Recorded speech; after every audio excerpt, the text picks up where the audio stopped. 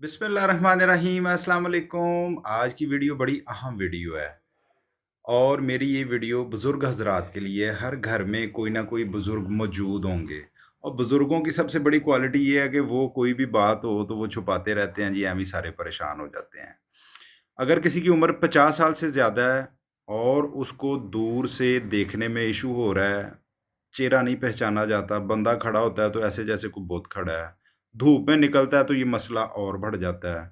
इसका मतलब ये है कि ये सीधी-सीधी अलामत है आँख में सफ़ेद मोतियाँ आने की। अगर किसी के साथ ये इश्यू हो रहा है, तो इसका इलाज सिर्फ़ और सिर्फ़ एक ही है, वो आँख के सफ़ेद मोतिये का ऑपरेशन। बर-वक़्त ऑपरेशन करवाएँ, पुरानी बातें थी, आँख में मोतिया कच्चा है ये पक्का, ये पुरानी बातें थी। अब लेज़र सर्जरी है, पेनलेस प्रोसीजर है, इस सर्जरी की कोई दर्द नहीं, कोई चीरा नहीं, कोई टाँका नहीं। जितना जल्दी ऑपरेशन करवाएँगे उसके उतने अच्छे रिज़ल्ट्स होंगे, जितना लेट करेंगे उतना उसका फ़ायदा कम हो जाएगा।